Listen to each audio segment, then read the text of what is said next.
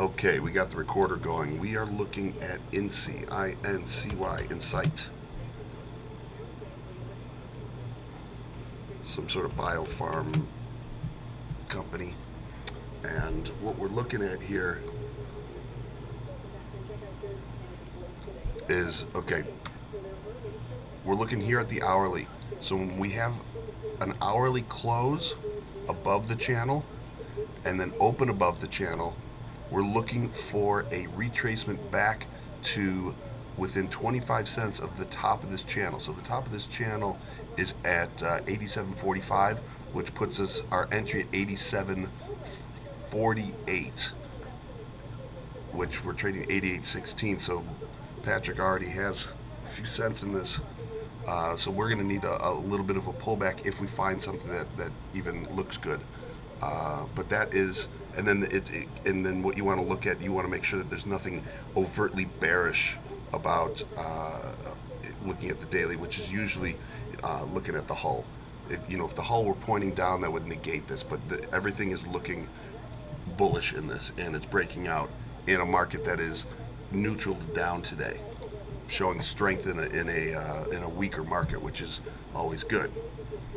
All right, so now we say, okay, great.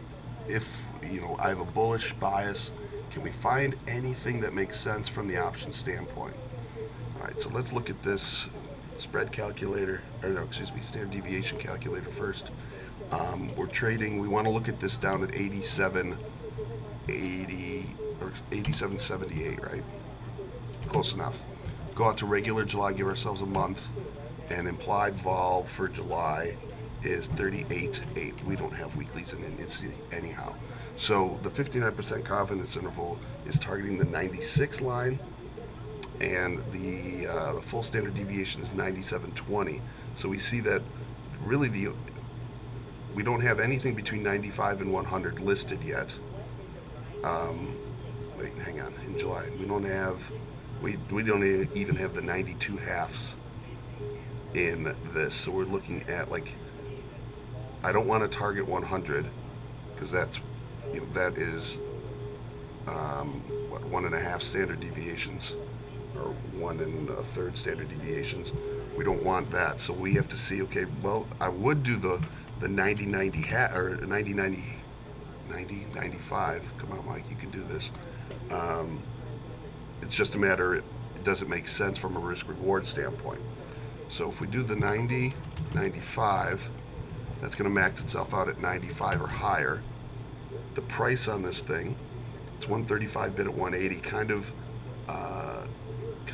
wide, and we want to pull back about 25 cents. So that's going to take, let's just say, a nickel off of this.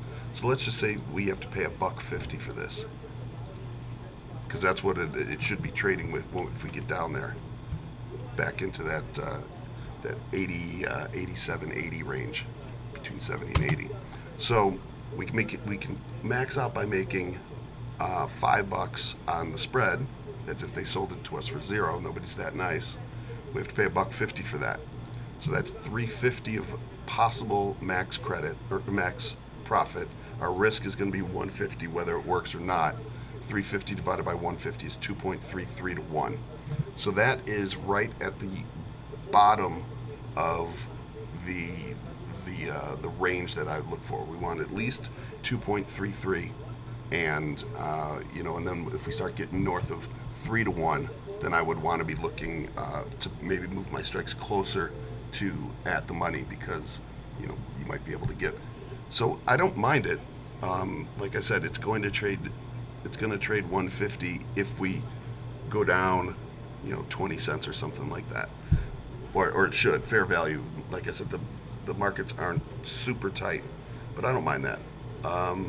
So I think I will put that out. It will not get stopped out right away, or it will not. Well, hopefully it doesn't get stopped out right away. We won't get filled right away.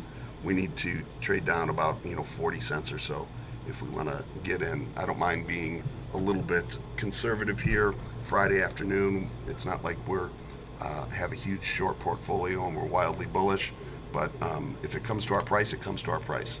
All right, so I'm going to put that together. I did record this I will get that out to you guys, and any questions, throw that out there. All right, thanks, guys.